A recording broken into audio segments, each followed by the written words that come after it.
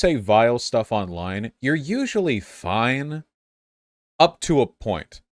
But past a point, the normies get a hold of you, and because your views are really only acceptable online where nobody's within punching distance of you, I mean, like, these are this is the consequence, you know. Once people like really catch on to what it is you're doing, public pressure mounts. No well-developed brains, as though those people never get stuff wrong. It was like 14-year-old boys, you know. And if you don't think the average person has a natural predilection towards the truth, which they don't, that is just not a defensible belief, you can't possibly believe that high schoolers do too. That's ridiculous. Obviously they don't. And I know that nobody believes that for reasons that I'm about to illustrate.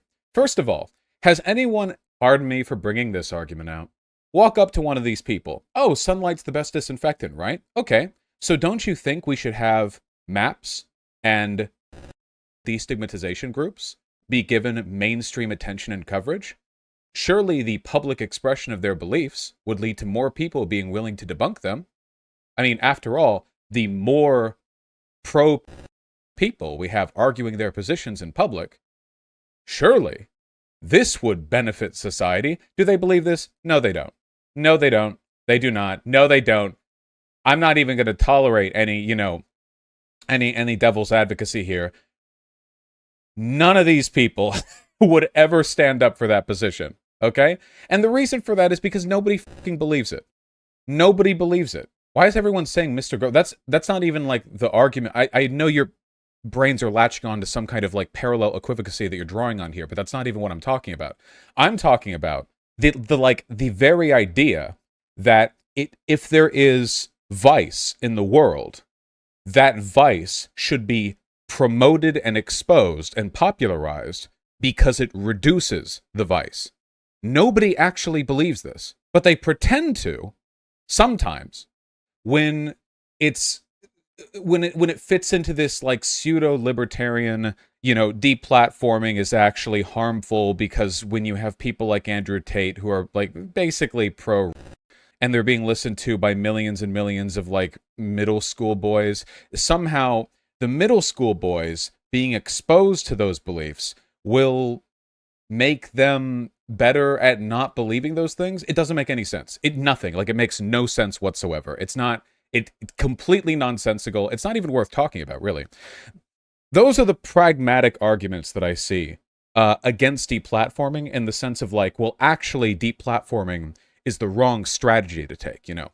The main thing that people tend to bring about is the ideological argument, right? And that gets a little bit more complicated. It's like this: you can't just get rid of ideas that you don't like, which, yeah, we can. We have a legal system. People don't seem to understand, but like all of the legal distinctions that we make, whether it comes to murder versus self-defense or murder versus manslaughter, you know, when is it or is it not sexual assault? You know, when is this person in the right, this person in the wrong? Slavery, any of these things, all these laws that we have are based on political biases that we have. They are, in essence, discriminatory against people, certain political dispositions. People tend to believe that law is somehow amoral, that it's separated from morality, that law is like this separate pragmatic issue, and then like morality dances and weaves around it.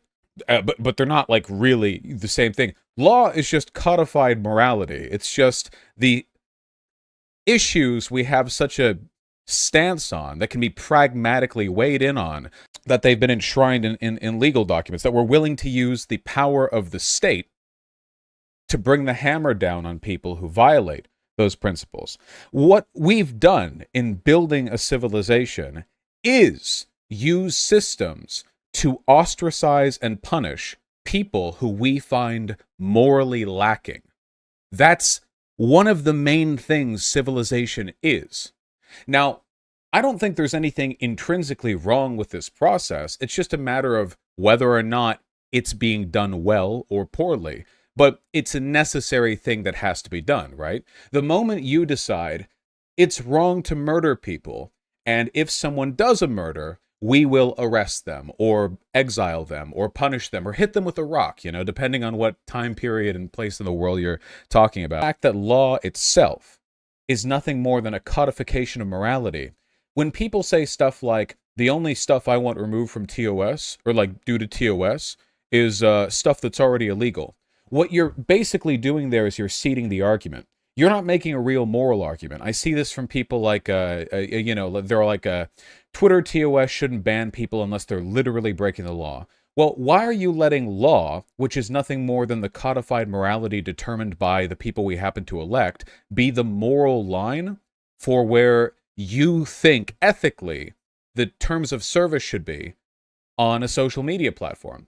If the law suddenly got like way more light on stochastic terrorism, death threats or whatever, would you then say, okay, now our platform should allow that as well? Why are you ceding the ethical argument exclusively to a few hundred like octogenarian millionaires in Congress?